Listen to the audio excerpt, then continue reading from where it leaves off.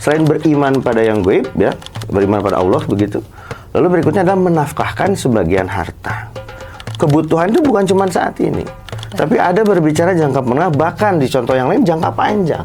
Setelah 60 sampai nantinya, ini kalau kita umur panjang ya kan ya, itu kita sudah tidak punya penghasilan lagi kan. Nah, sedekah ini memang umum ya, artinya tidak ada banyak batasan dan lain sebagainya macamnya. Nah, tapi ada beberapa hal masalah sedekah ini yang kadang suka kurang tepat ya.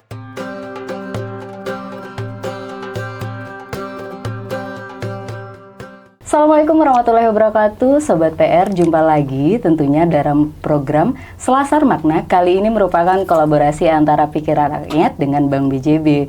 Perkenalkan, nama saya Fani dan kali ini saya tentunya tidak sendiri. Ada Kang Ari yang sudah sangat sumringah sekali dari tadi, yang sudah sangat tidak sabar ingin disapa. Ini merupakan Direktur Departemen Syariah, Kang Arya, yang dari Asosiasi Perencanaan Keuangan Internasional. Apa kabar, Kang? Alhamdulillah, luar biasa, Allahu Akbar. Dan ini merupakan bukan pertemuan kami yang pertama. Betul. Karena Sobat PR harus menonton episode pertama, karena ini sudah pertemuan saya yang kedua dengan Kang Arya tentunya. Di episode yang pertama itu kita membahas mengenai mindset rezeki dan uang. Wah, kalau ingin mendengar lebih jauh dan penasaran, Sobat PR harus mengecek episode yang pertama tentunya. Dan kali ini di episode kedua kita akan membahas lebih tuntas lagi bagaimana cara kita melakukan perencanaan keuangan yang baik tentunya. Bersama ekspertis yang sudah hadir di samping saya ini, orang yang sudah berkecimpung lama di dunia ini ya Kang ya. Kelihatan ya angkatannya ya? Enggak, kalau saya enggak. Kalau saya enggak. Kalau saya baru banget. Kemarin baru lulus saya. Oh, baru lulus ya, tapi dari S3 gitu ya. Bukan dari lulus SMA ya, Sobat PR. Kalau Sobat PR yang dengar, saya rasa ini masih lulus SMA atau mungkin sebagian Sobat PR yang mungkin saat ini baru bekerja. Nah, ini menarik, Kak. Bagaimana kita bahas menarik di episode 1, ini akan jauh lebih menarik di episode 2. Banyak anak muda tentunya, mereka merasa bahwa income mereka yang mereka peroleh saat ini, anggap mungkin sebagian Sobat PR ini merupakan penghasilan tahun pertamanya atau penghasilan tahun keduanya. Kebanyakan dari Sobat PR, dan waktu saya juga baru-baru kerja ya Kang di Bank BJB, saya bingung cara mengatur cash flow saya dengan baik. Kebanyakan dari kita hanya uang masuk, uang keluarnya nggak dicatat kan? Kebanyakan kan seperti itu. Betul. Ya Kang Arya ya, karena sebenarnya berdasarkan dari literatur yang saya baca bahwa perencanaan yang kurang baik, keuangan yang baik itu ada persentasenya Sobat PR. Jadi 50%-nya untuk needs kita, untuk kebutuhan kita. Jadi untuk makan, untuk tempat tinggal, sandang, papan, pangan. Sandang, pangan, papan. Kelihatan SMA-nya tahun berapa ya, karena anak sekarang nggak tahu loh Kang. Gen Z nggak ada yang tahu, apalagi Gen Alpha, mereka nggak belajar sandang, pangan, sandang, pangan, papan. Nah, mereka nggak belajar. Itu adalah basic needs mereka. Kemudian kalau 30%-nya itu adalah buat wish kita. Wish di sini memang dalam hal wish in the good way ya Kang ya. Wish kita punya insurance nantinya, kita punya pegangan dana darurat dan lain-lain. In case kalaupun kita ada butuh sesuatu untuk healing juga boleh kan. Karena kalau anak Gen Z sekarang, Sobat PR yang mungkin dengar, anak Gen Z sekarang dikit-dikit kerja langsung healing, dikit-dikit kerja langsung healing. Kalau kita dulu kerja baru healing ya. Nah, kalau sekarang kalau sekarang kerja healing. Sebenarnya nggak masalah Sobat PR dan Gen Z. Yang perlu kita perhatikan adalah bagaimana cara kita memahami pengelolaan cash flow yang baik. Dan 20%-nya jangan lupa, kita harus sudah mulai melakukan perencanaan terhadap saving kita sendiri. Baik itu saving jangka pendek kah, saving jangka menengah kah, atau saving jangka panjang kah. Ini bagaimana nih? Dari sisi Kang Arya yang sudah lama dan mungkin sudah banyak juga diskusi ataupun menemui banyak orang terkait dengan pengeluaran cash flow yang baik, itu seperti apa Kang? Oke, jadi yang pertama terkait dengan pengelolaan keuangan begitu. Nah, kita kan di sini dalam pandangan Islam gitu ya. Yang paling utama itu sebetulnya adalah kita memahami terkait dengan kebutuhan. Itu dulu. Nah, sebenarnya ini jelas dalam Al-Qur'an ya, dalam Al-Baqarah ya, ada ayat 1 sampai dengan 5 ya. Zalikal kitabul la raiba fihi hudalil muttaqin alladzina yu'minuna bil ghaibi wa yuqimunas shalah wa mimma razaqnahum yunfikun. Di situ dijelaskan ciri-ciri orang yang bertakwa. Ya, ciri-ciri orang yang bertakwa salah satunya di situ dijelaskan. Selain beriman pada yang gaib ya, beriman pada Allah begitu. Lalu berikutnya adalah menafkahkan sebagian harta. Nah, nafkah ini yang umum teh. Ini masih umum. Kita belum berbicara ini buat apa. Menafkahkan sebagian harta di jalan Allah, begitu. Masih secara general. Masih general, ya, masih general. Jadi nggak langsung ke, oh berarti harus sedekah. Enggak, bukan. Hati-hati, begitu ya. Nah, ternyata dijawab dalam Quran surat Al-Baqarah ayat 219. Ya, ketika ditanya, ya Muhammad, katanya, katakanlah, kalau ada yang bertanya nih, ada yang bertanya pada saat itu terkait dengan berapa sih yang harus dinafkahkan? Dijawabnya adalah setelah kebutuhan. Oke, seperti tadi ya Kang, betul. Kita yang diutamakan adalah needs kita dulu. Needs, betul. Jadi fullnya di situ adalah setelah kebutuhan. Bahkan di dalam ayatnya dijelaskan menggunakan kata afwa teh secara dasarnya. Afwa itu adalah yang dimaafkan oleh Allah. Jadi betul-betul kalau kita menjadi orang yang bertakwa, segala sesuatu itu kebutuhan dulu begitu. Diri kita sendiri tapi kita nggak egois juga kan? Betul, enggak. Baik. Jadi benar-benar kebutuhan kita dulu harus selesai. Kebutuhan yang kita bilang, bukan kebutuhan sekarang aja loh. Kebutuhan itu bukan kebutuhan makan gitu ya, kebutuhan pakaian, setelah itu selesai, tidak. Kebutuhan itu kebutuhan kita sekarang, kebutuhan kita di jangka menengah maupun kebutuhan kita di jangka panjang. Itu yang kebanyakan orang lupa teh. Bahkan ya kebanyakan yang mispersepsi ya di masyarakat itu adalah ketika kebutuhan itu berarti yang sekarang aja.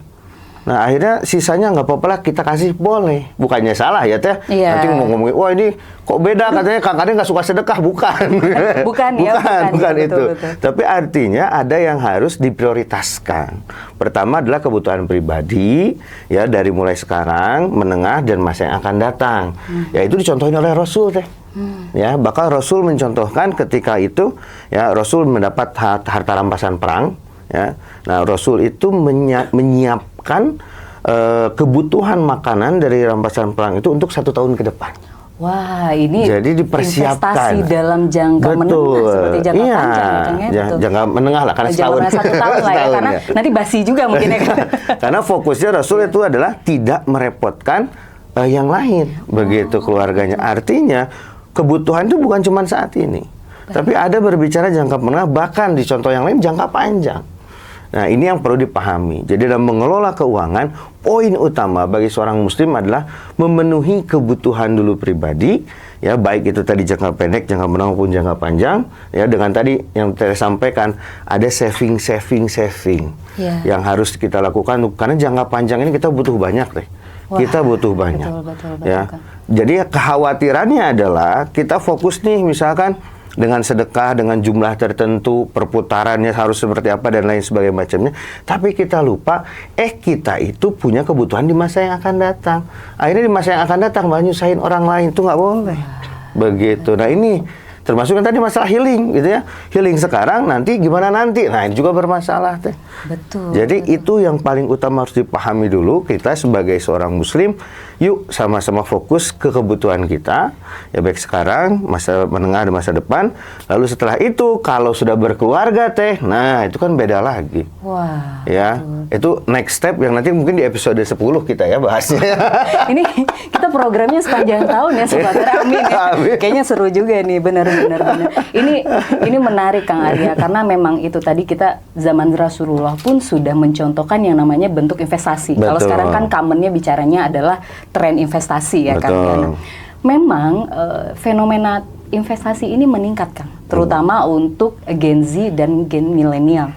Tetapi kebanyakan tren ini hanya ikut-ikutan saja Kang. Nah ini kita nggak perlu sebutkan mungkin detail seperti apa ya Kang. Mungkin di sosial media banyak sekali berita-berita karena yang bagaimanapun apabila kita ingin mendapatkan hasil yang maksimal nggak mungkin dalam waktu singkat dan nggak mungkin dalam risiko yang minim Kang. Betul. Kebanyakan ya itu tadi kita jangan hanya ikut-ikutan dalam melakukan tren investasi karena mungkin Rasulullah pun sudah melakukan perencanaan yang matang. Betul. Dalam 1 tahun ke depan kondisinya seperti apa, dalam nanti seperti apa, dalam hal dunia perbankan pun seperti itu Kang. Karena kondisinya betul Kang Arya, kita nggak mungkin akan selamanya dengan kondisi yang fit, kita muda, kita berkarya, belum tentu. Ada masanya nanti, karena fase kehidupan manusia itu memang ada 3 Kang. Pertama itu usia 0 sampai 25, anggaplah 21 ya Kang ya, itu kita belum menghasilkan uang Kang. Nanti di usia mulai 21 atau 25 sampai dengan 60, itu kita periode menghasilkan uang.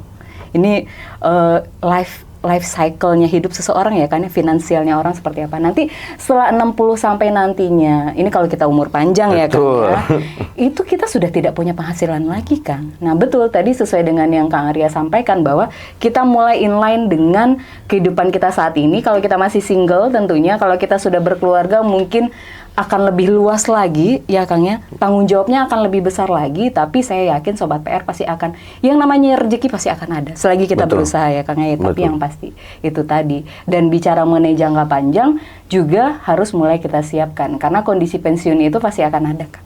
Betul. Ini kebetulan saya di Bank BJB-nya bagian DPLK Bank BJB, Kang. Dana Pensiun Lembaga Keuangan atau produknya BJB Siap. Jadi bagi Sobat PR yang datang ke kantor layanan Bank BJB atau dimanapun Sobat PR Bank berada, bisa cek di websitenya Bank BJB, ada yang namanya produk BJB Siap. Itu salah satu bentuk investasi kita jangka panjang. Jadi supaya nanti kita pensiun, nggak ngerepotin anak cucu, seperti halnya yang Rasulullah lakukan, dia tidak pengen merepotkan siapapun, kemudian yang pasti nantinya taraf hidup kita nggak menurunkan. Jangan sampai nantinya anak jangan dijadikan investasi, betul? Betul. Betul. Kalau bisa nantinya kita bisa hidup dengan layak meskipun kita sudah di usia tua, Kang. Dan nah, selain kita melakukan investasi, ya ini sedekah. Sedekah pasti sesuai dengan kemampuan kita juga ya, Kang ya. Ini menarik, tadi saya bilang bahwa kita harus mengutamakan dulu dan jangan menganggap sedekah itu merupakan mengurangi uang kita dan rezeki kita. Betul. Kebanyakan orang kan ngitung-ngitung ya, aduh zakat saya sekian nih, infak saya sekian nih, sedekah saya, kalau saya gunakan untuk yang lain akan berbeda lagi. Nggak begitu ya Kang ya, konsepnya ya Kang Arya. Bagaimana nih Kang Arya, bagaimana cara kita dengan mungkin kondisi finansial kita yang masih terbatas, tapi kita masih tetap bisa melakukan zakat sesuai dengan yang sudah digariskan, kemudian infak dan sedekah kita, supaya penghasilan kita jauh lebih berkah, Kang. Seperti apa? Siap. Oke, yang pertama memang yang namanya ziswaf itu di dalam keuangan Islam ya khususnya itu kan menjadi fundamental sekali karena terkait dengan kebermanfaatan yang bisa dirasakan oleh orang banyak begitu ya. Nah, bahkan di dalam sebetulnya dalam keuangan Islam itu yang menarik adalah zakat ini menjadi program pengentasan kemiskinan. Ya, jadi sebetulnya poin utama zakat itu sebenarnya bukan cuma sekali teh. Ya, kenapa makanya zakat itu setiap tahun ada? Karena ini adalah program pengentasan kemiskinan. Makanya kenapa sebaiknya kalau berbicara zakat itu kita masuk ke lewat lembaga. Di Indonesia kan ada Basnas, ada Lazis yang terdaftar begitu ya. Nah, itu kenapa? Karena ada program. Bukan cuma sekali. Nah, itu yang pertama. Jadi bisa dengan melalui zakat. Berikutnya ada sedekah. Nah, sedekah ini memang umum ya, artinya tidak ada banyak batasan dan lain sebagainya macamnya. Nah, tapi ada beberapa hal masalah sedekah ini yang kadang suka kurang tepat ya, kurang tepat dalam pengeksekusiannya lah kalau saya bilang. Nah, benar, iya. Kang, betul. Jadi, nah ini kurang tepat. Jadi, gimana nih maksudnya kurang tepat? Jadi, kalau saya boleh mengambil pendapat dari Profesor Dr. Hussein Syahatah, beliau ini adalah salah mufassirin dari Mesir yang punya fokus di bidang ekonomi rumah tangga Muslim. Nah, beliau berpendapat bahwa terkait sedekah pun sama ternyata itu adalah setelah daripada kebutuhan. Needs kita tadi sudah terpenuhi ya kan, yang utama tadi. Tadi itu needs ya, bukan wants ya. Nah, bukan wants. Nah, ini nanti PR soalnya. Jadi kita di perencana keuangan Islam, salah satu yang PR itu membedakan antara needs sama wants. Karena kalau wants-nya dimasukin itu emang nggak akan bisa sedekah teh. Nggak bisa. Nggak akan cukup. Nah, tapi kalau kita berbicara needs, maka needs-nya dulu, baru memang nanti ada sisa buat sedekah. Nah, terus kalau gitu nanti biasanya langsung ada yang nimpal nih, bilang, Pak kalau begitu atau Kang kalau begitu, kan bagusnya sedekah itu dalam keadaan bahkan dalam keadaan sulit. Ya justru bukan dalam keadaan lapang. Nah, sebetulnya dalam konsep perencanaan keuangan Islam itu terkait dan kita harus mengetahui porsinya. Artinya begini, misalkan saya sudah berkeluarga, saya punya sebuah penghasilan berapa begitu ya, lalu dipotong dengan kebutuhan, ternyata sebenarnya saya nggak ada nih sisa, begitu ya. Nah, artinya di situ sebenarnya kita tidak ada ditekan untuk sedekah, nggak ada, harusnya begitu. Nah, karena kebutuhan kita pun tadi ya, tapi kebutuhannya balik bukan lagi bukan keinginan. Ya, betul. Karena kebutuhan kita nomor 1 sesuai Al-Baqarah 219. Nah, tapi ya karena di Indonesia ini banyaknya tadi keinginan masuk semua. Nah, akhirnya berubah kalau bahwa sedekahnya di atas begitu. Tapi kalau kita sesuai dengan kebutuhan, nah yang bisa kita lakukan untuk sedekah ketika udah mentok nih nggak ada teh.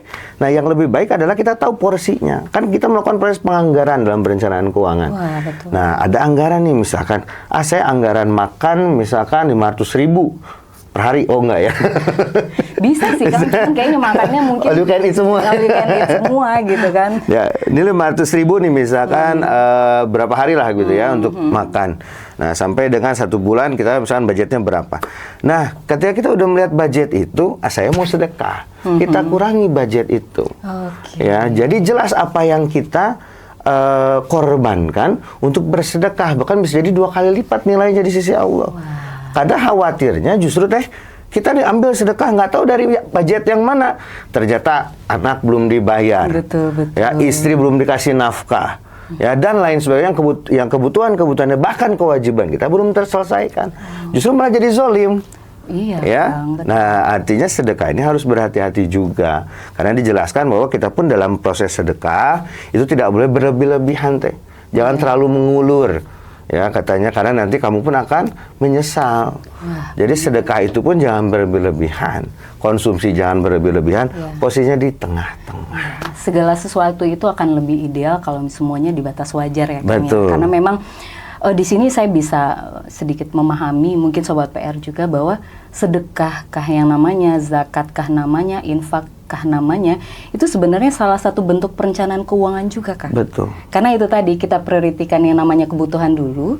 Setelah itu sebelum masuk ke keinginan dan saving kita, mungkin bisa kita selipkan yang namanya sedekah. Karena siapa tahu dari sedekah itu juga bisa memberikan berkah dan pintu rezeki dari manapun ya, Kang. Betul, ya. justru sedekah itu nanti yang menyelesaikan wants dan yang lain-lainnya teh.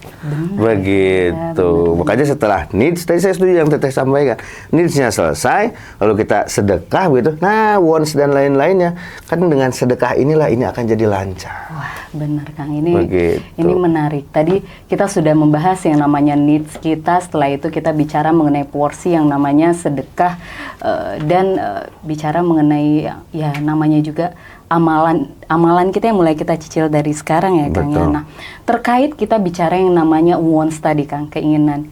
Ini mungkin Sobat PR yang saat ini menyaksikan, mohon maaf ini bukan maksudnya kami untuk menyinggung, tetapi ini lebih kepada terkadang kita memenuhi wants kita itu dengan yang namanya melakukan penambahan modal dari pihak lain, atau mungkin yang umum kita dengar yang namanya pinjamankah, kemudian kita memiliki yang namanya hutangkah, mungkin seperti pinjam 100 itu ya Teh ya? Pinjam, enggak tiba-tiba WA, ini kita udah lama gak ketemu nih, tiba-tiba halo apa kabar, nah kita jadi nggak boleh suzon ya kan, aduh saya jadi suzon, maaf Sobat PR, tapi ini merupakan hal yang menarik. Terkadang orang melakukan pinjaman itu bukan untuk needs mereka, kan? Betul. Kebanyakan adalah mereka kepada wants mereka. Betul. Keinginan mereka yang sebenarnya mereka itu belum gapai dengan posisi keuangan mereka pada saat itu. Mungkin mereka punya keinginan, tetapi penghasilan mereka harusnya belum sampai di level itu, kan. Dan fenomena yang terjadi adalah, mungkin mohon maaf Sobat PR yang juga mungkin mengalami hal ini, ada yang namanya gagal bayarkah kewajiban itu, sehingga akhirnya yang tadinya kita mulai menata keuangan, akhirnya kita kejar-kejaran, kan. Betul. Nah, tapi mungkin terkait dengan hal ini, mungkin kita lebih kepada nanti akan membahas mengenai namanya hutangkah, kemudian manajemen hutang yang baik itu seperti apa, bagaimana kita bisa mencermati supaya hutang itu tidak mengganggu cash flow kita, karena hutang itu juga ada hutang dalam bentuk baik, in the good way, tapi kebanyakan juga mayoritas ya memenuhi yang namanya untuk keinginan yang menurut kami atau menurut kita itu belum saatnya. Jadi Sobat PR, untuk episode 2 ini kita akhiri dulu, tapi kita akan bertemu lagi di episode selanjutnya. Kita akan membahas mengenai manajemen hutang dengan baik, dan Kang Arya tetap akan terus bersama saya ya, Insya Allah. jangan lupa. Dan terima kasih atas waktunya Sobat PR. Bertemu lagi dalam episode selanjutnya. Assalamualaikum warahmatullahi wabarakatuh. Assalamualaikum warahmatullahi wabarakatuh. Halo Sobat PR, bagi kalian yang ingin bersedekah tapi masih bingung, kini udah ada solusinya loh. Dengan bantuan dari Darul Quran, bersedekah menjadi lebih mudah. Programnya bisa kalian cek melalui link di bawah ini. Ditunggu ya. Wassalamualaikum warahmatullahi wabarakatuh.